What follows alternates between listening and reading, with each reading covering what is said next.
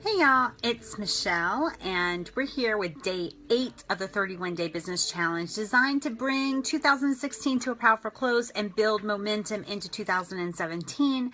Our goal for December of 2016 is to break small, to defy the norms and create a business that gives us the success that we really want without compromising, right? We want success and we want it on our terms, and that's what this 31-day challenge is all about. Our goal as a tribe for 2017 is maximum profit and ultimate freedom, and I'm super pumped. But if you're watching this video at another time, no sweat. You can always join us at PlanetWOW.club or in our Facebook group, facebook.com/groups/PlanetWOW. The free trainings like this are just a shadow of what you get in paid membership. So really excited to have you under this umbrella with me. Today's challenge is going to help us identify the monsters under the proverbial bed of our business and slay them. Here's the thing. If a kid is convinced there's a monster under his or her bed, there's nothing you can do to convince them except for, excuse me, I'm trying to push my chair back, but my blanket is making my foot slip. If there's a kid who's convinced there's a monster under their bed, the only thing you can do to convince them is to shine a light on, put the light on and shine a light under the bed and say, hey, come look, there's nothing to be afraid of here. And this is exactly what we're going to do today. Just so you know, this exercise that's part of our challenge today is where I start with each and every person that I work with privately. I ask them this question in our initial questionnaire, and the reason is because I want us to be able to anticipate any monsters that might come up during our work together. And these monsters aren't super new or creative, okay? So I ask this: if in 6 months you have not reached your business goals, what do you think would happen? Like what can we look to as a preemptive kind of monster that might show up and try to derail our progress? So this is the challenge that we're doing today. If you've fallen short of reaching your goals for 2016, I want to know why, right? I want us to really look backwards and figure out what might have happened, right? If you're sitting here December 8th, 2016, or whatever day you're watching this, and you know that your goals that you set in December of last year were a lot bigger than what the reality kind of showed up as, I want to know why you think this is, right? And so, you know, what got in your way?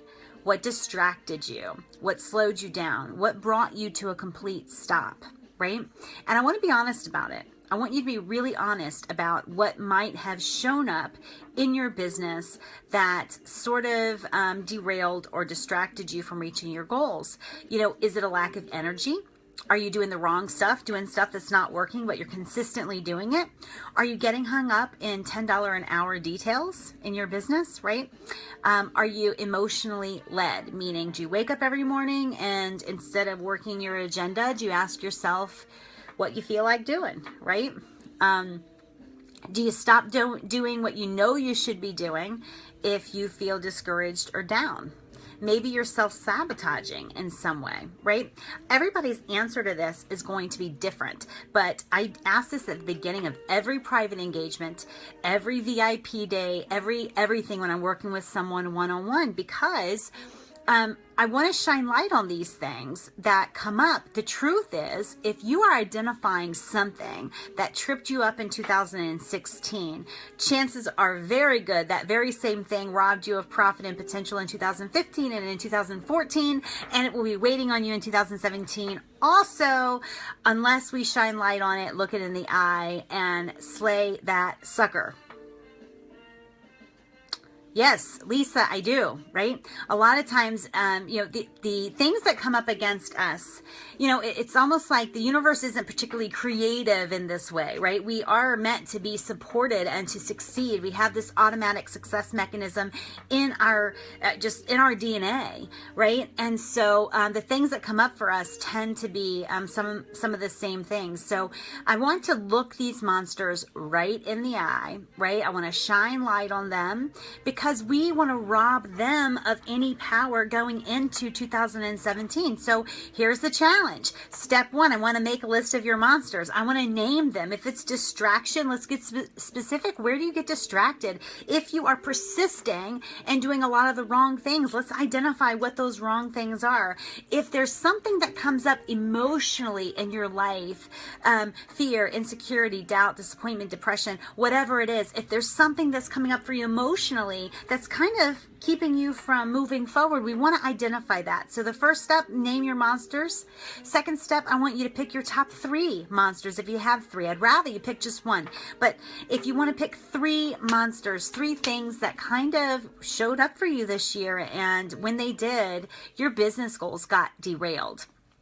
And I want you to brainstorm on these monsters for a full hour. There's a quote, there's some like famous person, I forget who it is, but they said, do you not think your problems would fade away if when you woke up in the morning, you have 15 minutes a day that's just brainstorming about how to kind of get around, jump over, destroy whatever obstacles in your way? Of course it would. And this is what we're doing now. I want you to brainstorm for an hour about these little monsters that might have robbed you of your profit and your potential in 2016. I want you to brainstorm questions like, what could I replace this behavior with? How could I defeat this monster or get around it or hop over it? Whatever it is, I want you to brainstorm on this about how you can do things different, how you can be different, how you can show up different in 2017 to rob this little thing, whatever it is, of its power as you move into a brand new year.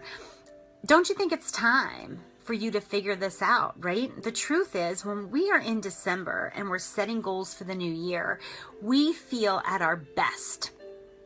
We feel encouraged. We feel excited. The truth is, no matter how audacious our goals are, there's something in us that says, I can do this. I got this. I can do it. But fast forward to June or July, and we start wondering who that girl was that was thinking about these big, hairy, audacious goals. We start wondering like what crack she was smoking.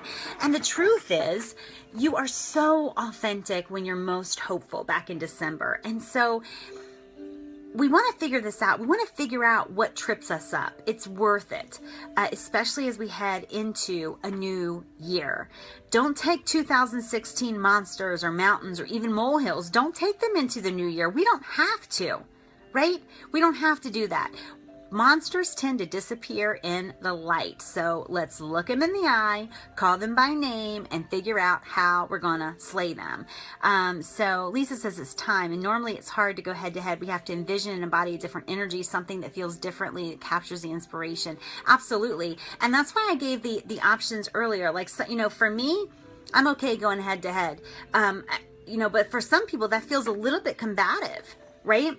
It feels a little bit like, I'm not really going to do that. It might empower the mountain. It might empower the monster. And that's okay too. Maybe figure out a way around it. Maybe figure out a replacement, right? A lot of times that works for me. It's like, okay, this is a behavior that's kind of shown up as a monster for me in my life. I'm going to replace it. Let me figure out how I can replace that. So I think both options, all options are viable as long as we identify what it is and figure out how to not carry it with us into the new year. So that's the challenge. I'm going to see you guys tomorrow where we're going to talk about how freaking amazing and superior that you are. Seriously, the hard stuff is today. So please do the hard stuff today because tomorrow will be like glamour shots for your business. It's going to be really fun. I'm just going to address Diana Culbertson, the work-family power struggle. And I love that you brought that up. I used to write a lot about this, about the issue of balance, work-life balance. And when my kids were really small, that was like a big buzzword. And I don't believe in balance anymore. I really, I believe in living and working and scheduling according to my priorities, where the biggest things are done first. My priorities are not hard to figure out. It's faith, it's my husband, it's my kids, and then it's my work, and it's in that order. And so it's easy for me to live and feel energized and not feel exhausted at the end of every day, because I'm living according to my priorities. If I tried to balance or juggle, I would have to put all different, I'd have to make everything in my life sort of have the same weight, and it's just not true. And so I have to live according to priorities. So that's something that really shifted things for me. When I stopped trying to balance, I stopped trying to juggle, and I just started saying, you know what, screw all of that. I'm just gonna live according to my priorities, and let's see how things fall out in that regard. And it's been really, it's been simple. Decisions are made more simply, and I don't feel like every day is approached with a power struggle, like you mentioned, Diana. And I hope that helps you, but I didn't approach every day like that anymore. Instead, I just jumped into my day, did the big stuff first, the most important stuff first, and then, and kept on. And I just felt good about every day after that. So, not every day, but most days. Anyway, I hope that helps. Thank you guys for being with me, and I will see you on our live stream tomorrow, which will be seriously a really fun one. So please do the hard work today. Figure out if you could identify what got in your way for this year or previous years. Let's shine light on it. Let's at least name it. Let's figure out some ways that we might get around this and just not carry that monster into 2017 with us. We do get to choose. So let's keep rocking. Oh, I wanted to tell you guys about another resource, because there's a pinned post in our Facebook group, and it has like 5 days of freebies. And if you'll click on that link, one of those days of freebies has like a packing list sort of thing. And it's where you, what to bring into the new year. So how to determine what to bring. So it's almost an analogy of like we're moving from 2016 to 2017, and here's like what we're going to leave behind. And certainly monsters are something we should leave behind in 2016. So hopefully that resource will help you guys, and I look forward to being with you guys tomorrow, where we will talk about how superior your work is to any and all other options that your clients have, and that gets really fun and super profitable when we nail that superiority statement. So talk to you guys soon. See ya.